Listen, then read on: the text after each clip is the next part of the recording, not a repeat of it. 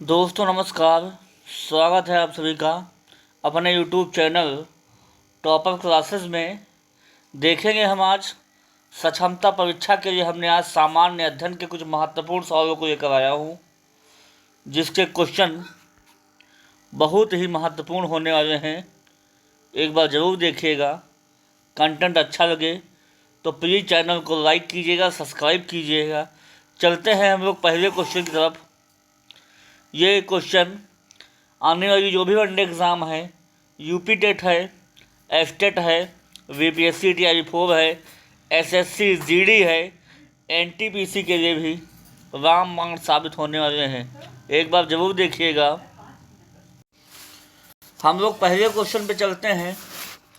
पहला क्वेश्चन है कि राज्यसभा का पदेन सभापति होता है। बताइएगा आप लोग, बहुत अच्छा सवाल रहेगा। कौन होता है? राज्यसभा को जो पदेन सभापति होता है, जरूर कमेंट कीजिएगा आप लोग। राष्ट्रपति होता है कि प्रधानमंत्री होता है कि मुख्यमंत्री होता है कि उपराष्ट्रपति होता है? तो जो राज्यसभा को जो पदेन सभापति होता है वो होता है उपराष्ट्रपति। अनुच्छेद नंबर इसका 63 में वर्णन किया गया है। भारत का उपराष्ट्रपति होगा, जो राष्ट्रपति की अनुपस्थिति में जो है कार्यभार जो उपराष्ट्रपति के हाथों में सौंपा जाएगा। तो इसलिए विकल्प नंबर इसका चौथा सबसे बेहतरीन जवाब हो जाएगा। भारत का एक राष्ट्रपति होगा, जो भारत का प्रथम नागरिक कहलाएगा। अनुच्छेद नंबर 53 में कहा गया है।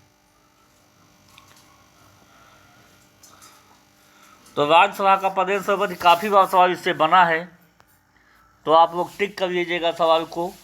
राज्यसभा का पदेन सभापति होता है उपराष्ट्रपति। ऑप्शन नंबर इसका चौथा सबसे बेहतरीन जवाब हो जाएगा। अगले क्वेश्चन पर हम लोग चलेंगे, देखेंगे। अगला क्वेश्चन है, निम्न में कौन संसद का एक अंग नहीं है? पहला है राष्ट्रपति, दूसरा है प्रधानमंत्री, तीसरा है लोकसभा और चौथा है राज्यसभा। बताइएगा आप लोग। तो कौन कौन से अंग होते हैं देखिएगा जरा। संसद के मुख्यतया 3 अंग होते हैं। कौन कौन से होते हैं याद करिएगा। लोकसभा, राज्यसभा और राष्ट्रपति। संसद के 3 अंग हैं, लोकसभा, राज्यसभा, राष्ट्रपति। तो इसमें से कौन सा नहीं होना चाहिए था? वो ऑप्शन नंबर इसका दूसरा, प्रधानमंत्री जो है संसद का अंग नहीं है। विकल्प नंबर इसका दूसरा सही जवाब हो जाएगा। इसी के साथ हम देखेंगे कि किस अनुच्छेद में कौन है। एक ट्रिक आप लोग याद रखिएगा, सरला।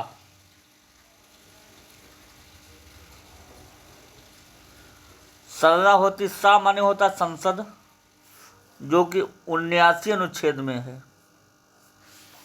रा माने राज्यसभा, 80 अनुच्छेद में है, जबकि रा माने होता है लोकसभा, 81 अनुच्छेद में है, जबकि राष्ट्रपति 52 अनुच्छेद में है। तो 79, 80, 81 तीनों लगातार हैं। सरला संसद है, राज्यसभा है और लोकसभा है। तो समझ में तीनों बातें आप लोगों को आ गई होंगी। कौन सा अंग नहीं है? राष्ट्रपति अंग नहीं होगा। संसद के 3 ही अंग हैं, लोकसभा, राज्यसभा तथा राष्ट्रपति। समझ में आ गया होगा दोस्तों आप लोगों को। अगले क्वेश्चन की तरफ हम लोग चलेंगे, देखेंगे सवाल कैसा रहेगा। अगला है कि जो राष्ट्रपति होता है वो भारत का प्रथम नागरिक कहलाता है। किस अनुच्छेद में है? अनुच्छेद नंबर 50 में है कि 52 में है कि 53 में है कि 55 में है? तो राष्ट्रपति जो भारत का प्रथम नागरिक होता है, ये बात अनुच्छेद नंबर 52 में कही गई है। इसलिए विकल्प नंबर दूसरा सबसे बेहतरीन जवाब हो जाएगा। अगले क्वेश्चन पर हम लोग चलेंगे। अगला क्वेश्चन है, मौलिक अधिकार किस देश के संविधान से लिया गया है? पहला है सोवियत संघ, दूसरा है संयुक्त राज्य अमेरिका या यूएसए कहें इसको, यूएसए, दूसरा है कनाडा, तीसरा है फ्रांस। तो मौलिक अधिकार की बात कर रहे हैं और अधिकार कौन मांगता है? अधिकार मांगता है अमेरिका। तो मौलिक अधिकार जो है संयुक्त राज्य अमेरिका यूएसए के संविधान से जो है लिया गया है। विकल्प नंबर इसका दूसरा सबसे बेहतरीन जवाब हो जाएगा। अगले क्वेश्चन की तरफ हम लोग चलेंगे। अगला क्वेश्चन है कि प्रस्तावना की भाषा किस देश के संविधान से लिया गया है? पहला है सोवियत संघ, दूसरा है ऑस्ट्रेलिया, तीसरा है कनाडा, चौथा है फ्रांस। जो प्रस्तावना की भाषा है, काफ़ी बार सवाल पूछा गया है, वो जो है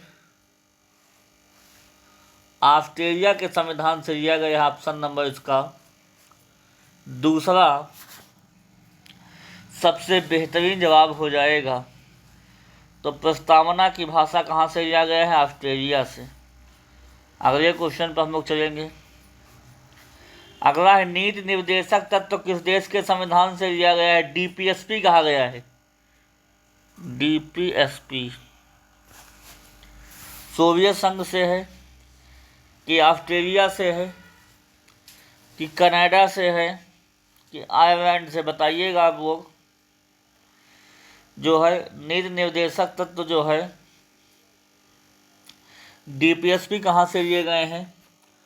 वो लिए गए हैं आयरलैंड से। ऑप्शन नंबर इसका चौथा सबसे बेहतरीन जवाब हो जाएगा। अगले क्वेश्चन की तरफ हम लोग चलेंगे।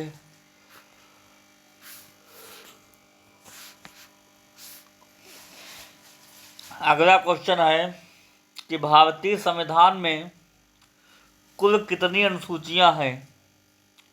10 हैं कि 12 हैं कि 11 हैं कि 8 हैं? तो भारतीय संविधान में कुल जो अनुसूचियों की संख्या है वो है 12। तो ऑप्शन नंबर इसका दूसरा सही जवाब हो जाएगा।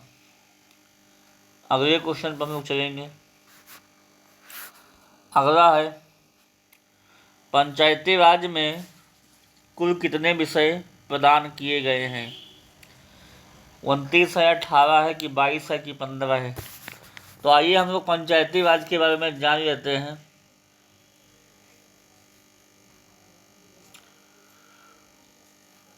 पंचायती राज जो है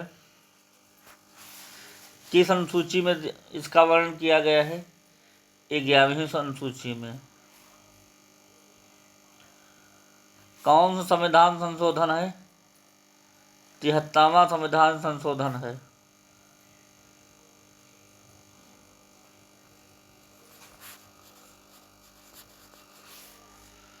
इसके अलावा सन 1993 में इसका जो है 73वां संविधान संशोधन से तहत पंचायती राज लाया गया था। इसके अलावा अगर देखा जाए तो पंचायती राज में कुल कितने विषय वर्णित हैं?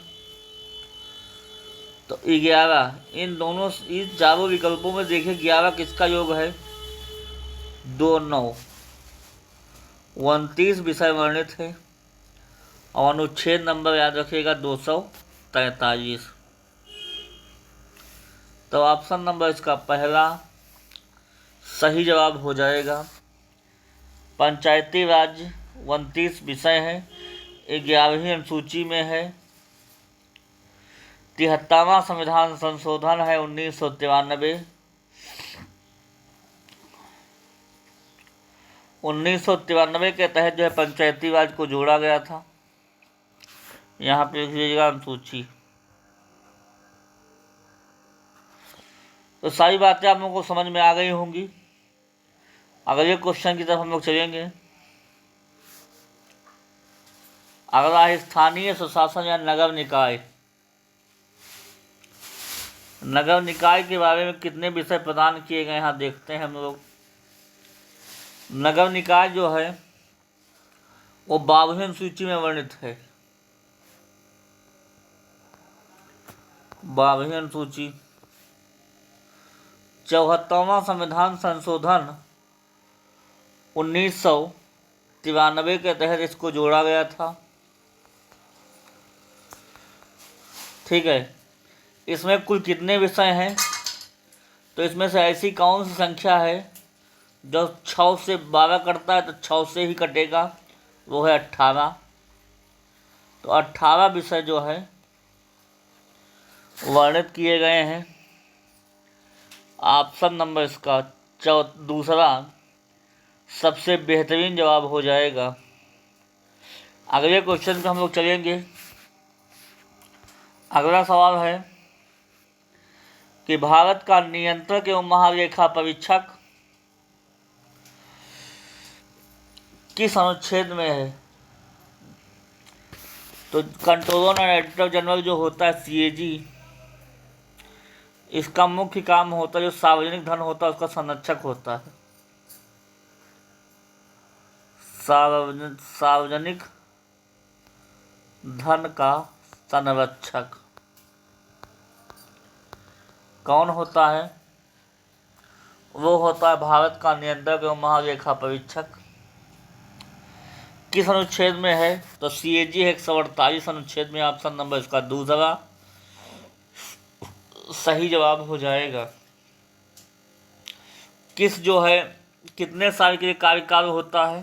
तो 6 वर्ष के लिए इसका जो है कार्यकाल होता है, याद रखिएगा। 266 में कहा गया है भारत की एक संचित निधि होगी। जो भी पैसा भारत का होता है, गवर्नमेंट का होता है, केंद्र सरकार का, वो सब बचत खाते मतलब संचित निधि में जमा होता है। और एक जब जरूरत पड़ती है तो संचित निधि से जो है निकाला जाता है।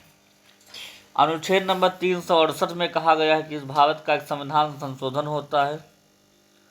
जो संविधान संशोधन है, संशोधन जो है वो 368 में बतलाया गया है। तो इसलिए भारत का नियंत्रक और महालेखा जो परीक्षक हो जाएगा 148 अनुच्छेद में हो जाएगा। अगले क्वेश्चन पर हम लोग चलेंगे। अगला क्वेश्चन है संविधान सभा के स्थायी अध्यक्ष कौन थे? पहला है डॉक्टर राजेंद्र प्रसाद, दूसरा है सच्चिदानंद सिन्हा, तीसरा है पंडित जवाहरलाल नेहरू, चौथा SC मुखर्जी। अगर कहा जाए संविधान सभा के स्थायी अध्यक्ष कौन थे तो ऑप्शन नंबर पहला सही हो जाएगा, डॉक्टर राजेंद्र प्रसाद जी थे। और संविधान सभा के अस्थायी अध्यक्ष कौन थे? तो जो अस्थायी अध्यक्ष थे वो थे डॉक्टर सच्चिदानंद सिन्हा जी। प्रारूप समिति के अध्यक्ष कौन थे? तो प्रारूप समिति के अध्यक्ष थे पंडित जवाहरलाल नेहरू जी। ठीक है, और SC मुखर्जी जी। तो इन चारों विकल्प में देखते हैं तो संविधान सभा का स्थायी अध्यक्ष कौन था? तो डॉक्टर राजेंद्र प्रसाद। तो ऑप्शन नंबर इसका पहला सही जवाब हो जाएगा। अगले क्वेश्चन पर हम लोग चलेंगे।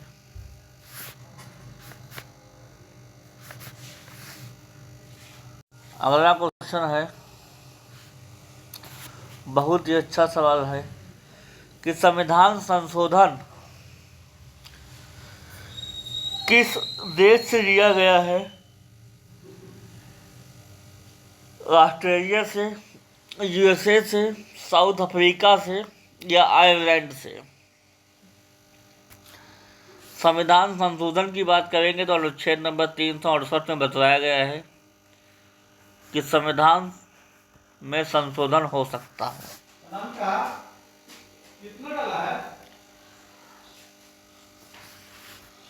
तो ऑस्ट्रेलिया होगा कि यूएसए होगा कि साउथ अफ्रीका होगा कि आयरलैंड होगा। तो जो संविधान संशोधन जो होता है वो जो है साउथ अफ्रीका से लिया गया, इसे हम लोग कहते दक्षिण अफ्रीका।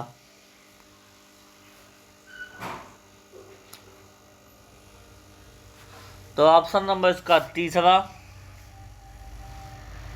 सबसे बेहतरीन जवाब हो जाएगा, संविधान संशोधन। समझ में आ गया होगा दोस्तों आप लोगों को। अगले क्वेश्चन में हम लोग चलेंगे। अगला क्वेश्चन बहुत इंपॉर्टेंट रहेगा कि भारतीय संविधान का स्वरूप कैसा है, कठोर है कि लचीला है, कि कठोर और लचीला दोनों है, कि अंशतः कठोर और अंशतः लचीला है। तो जो भारतीय संविधान जो है पूरे सभी देशों में सबसे बड़ा संविधान है। ये जो संविधान है अंशतः कठोर है और अंशतः लचीला है, ये दोनों प्रकार का है। तो विकल्प नंबर इसका चौथा सबसे बेहतरीन जवाब हो जाएगा। अगले क्वेश्चन पर हम लोग चलेंगे। अगला क्वेश्चन है कि भाषा किस अनुसूची में है, 9वीं में है, 8वीं में है, 10वीं में है और 11वीं में है। तो भाषा की बात करेंगे तो 8वीं में जो है भाषा का वर्णन किया गया है। 9वीं जो है भूमि सुधार से संबंधित है, भूमि सुधार से संबंधित है। 10वीं जो है दल बदल। 11वीं जो है पंचायती राज से संबंधित है। तो चारों विकल्प आपको समझ में आ गए होंगे। कुल 12 अनुसूची है, उसमें जो है 8वीं में भाषा है, 9वीं में भूमि सुधार है, 10वीं में दल बदल है और 11वीं में पंचायती राज है तथा 12वीं में जो है नगर निकाय है, नगर निगम। तो इस प्रकार से हमने 5 अनुसूचियाँ हमने याद कर लिया और चलते चलते 7 और हम याद कर लेंगे, अनुसूची आपकी तैयार हो जाएंगी। अगर चैनल से जुड़े रहेंगे ना तो यहाँ से कुछ ना कुछ लेकर ही जाएंगे, वादा रहा हमारा। तो 8वीं में भाषा है, 9वीं में भूमि सुधार है, 10वीं में दल बदल है और 11वीं में पंचायती राज है, 12वीं में नगर निकाय या नगर निगम है। तो अगले क्वेश्चन पे हम लोग चलेंगे, याद हो गया होगा आप लोगों को। अगला क्वेश्चन का अंतिम सवाल रहेगा। अंतिम सवाल है कि असम, त्रिपुरा, मेघालय और मिजोरम राज्यों के जनजाति क्षेत्र किस अनुसूची में है, पहली में है कि छठी में है कि 7वीं में कि 8वीं में। अगर कहा जाए कितने राज्यों को जनजातीय क्षेत्र में रखा गया है तो 4। उनकी ट्रिक आप लोग याद रखिएगा, ATM M और लास्ट में M। असम, त्रिपुरा, मेघालय, मिजोरम हो गया। किस अनुच्छेद में है, किस अनुसूची में है सभी, तो अनुसूची नंबर 6। असम, त्रिपुरा, मेघालय और मिजोरम, ये 4 राज्य जनजातीय क्षेत्र में रखे गए हैं। पहली अनुसूची में कहा गया है भारत में संघ एवं राज्य का क्षेत्र होगा, संघ एवं राज्य का क्षेत्र पहले में कहा गया है। और 7वीं में सूची के बारे में बताया गया है। सूची 3 प्रकार की है, संघ सूची, राज्य सूची और समवर्ती सूची। 8वीं में भाषा का जिक्र जो है किया गया है। तो इस प्रकार जो है हम अनुसूचियों को बारी बारी से याद कर सकते हैं। इस चैनल के माध्यम से आपको याद भी कराया जाएगा अगर जुड़े रहेंगे। तो दोस्तों कुछ सवाल सामान्य अध्ययन के अंतर्गत हमने आज पॉवर्टी के समिट किया था, जो बहुत ही इम्पॉर्टेंट रहेंगे परीक्षा के लिए। आप लोग ज़रूर देखिएगा, जो भी आपसे साथी जुड़े हैं उनसे बताइएगा, और प्लीज़ चैनल को लाइक कीजिएगा, सब्सक्राइब कीजिएगा। इसी के साथ मैं वाणी को विराम दूँगा। नेक्स्ट क्लास में कुछ कहने सुनने का प्रयास करूँगा। तब तक के लिए तैयारी मजबूत करते रहिएगा। Okay, thank you.